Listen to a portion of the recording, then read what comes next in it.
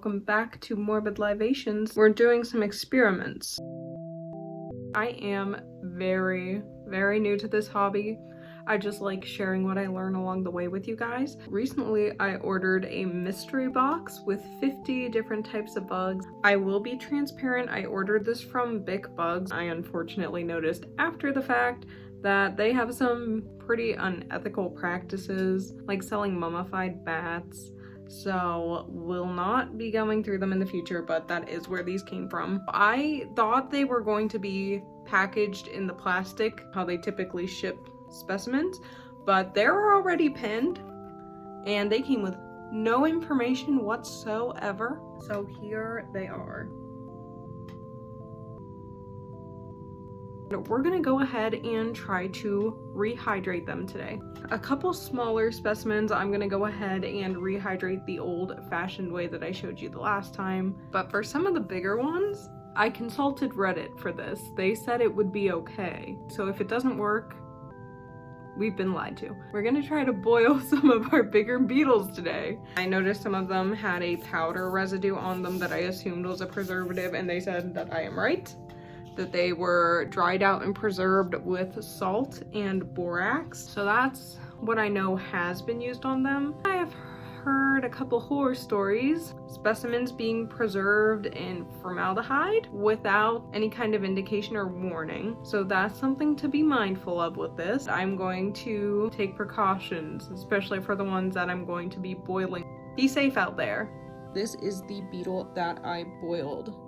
It is a large red flower beetle. You can see he's missing the tops of some of his legs. Here's my finger so you can kind of get an idea for his size. But I unfortunately could not get the original pin out of the specimen, so I was not able to spread the wings. So I'm gonna try it again. This is a significantly smaller specimen that I have today, though. We are working with this little guy. I mean, not so little, but definitely smaller than our flower beetle over there. I believe this is a rain beetle. This is another one out of my box of 50 mystery specimens that came with no information. So that's just my best guess. If you think it is something else and you want to let me know in the comments, please do. Hopefully we can get this guy off of his pin and actually be able to spread the wings. I have about a quart bowl filled with water as hot as it can come out of my tap. Didn't actually boil it because I wanted, to be able to show you guys well at my little setup here. And I was able to remove that pin from my specimen. So good news, we will be spreading the wings. Are you able to see him? Oh, there we go. This is going to be a little tricky, I see, because just wants to bob around in there. We'll have to hold him under. I will tell you guys from my last experience doing this with the flower beetle, this is not a process that smells pleasant. Of course, when you rehydrate specimens like this, you want to make sure you're not getting any kind of formaldehyde smell. You don't want to accidentally gas yourself. If they were preserved in formaldehyde, it'll smell kind of like a burnt match smell, like burnt matches and pickles is what they say it smells like. Yeah, this guy isn't nearly as bad whenever I did the red flower beetle, because obviously that was quite a large specimen. It very much smelled like very musty, like a musty, wet locker room. I'll just do this for a couple minutes and then check if he is any more mobile. I'll just go ahead and see if I can move these legs at all. Okay, he's still very stiff. It's very fuzzy. I'll probably have to fluff his hair, give him a little hair fluff with a paintbrush after this is all said and done. Back in the soup. We'll go ahead and let him soak a couple more minutes. Just finished up this little weevil display while we were waiting. And let's go ahead and see if this beetle boy is hydrated. He might not be. I'm being a little impatient, but we're gonna see.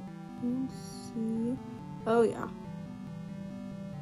we got movement. It's honestly kind of hard to even tell what's what right now with his legs, just because he's so hairy and everything's so wet. I might even give him a little dab with a paper towel so I can tell what the heck is going on. Try my best not to catch any of his little hooks. because God knows you can lose legs real fast doing that. That's much better for me. I don't know if it looks better for you guys, but it looks better for me. Let me go ahead and get this pin back through the body.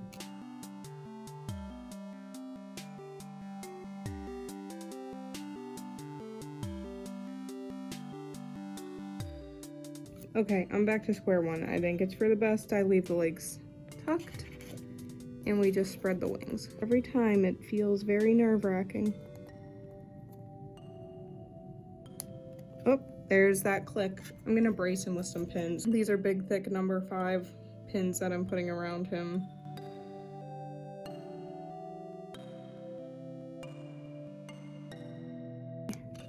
Yes. Okay, that's what we needed. We needed the hood pop. Okay. Okay. Now, you two, cooperate.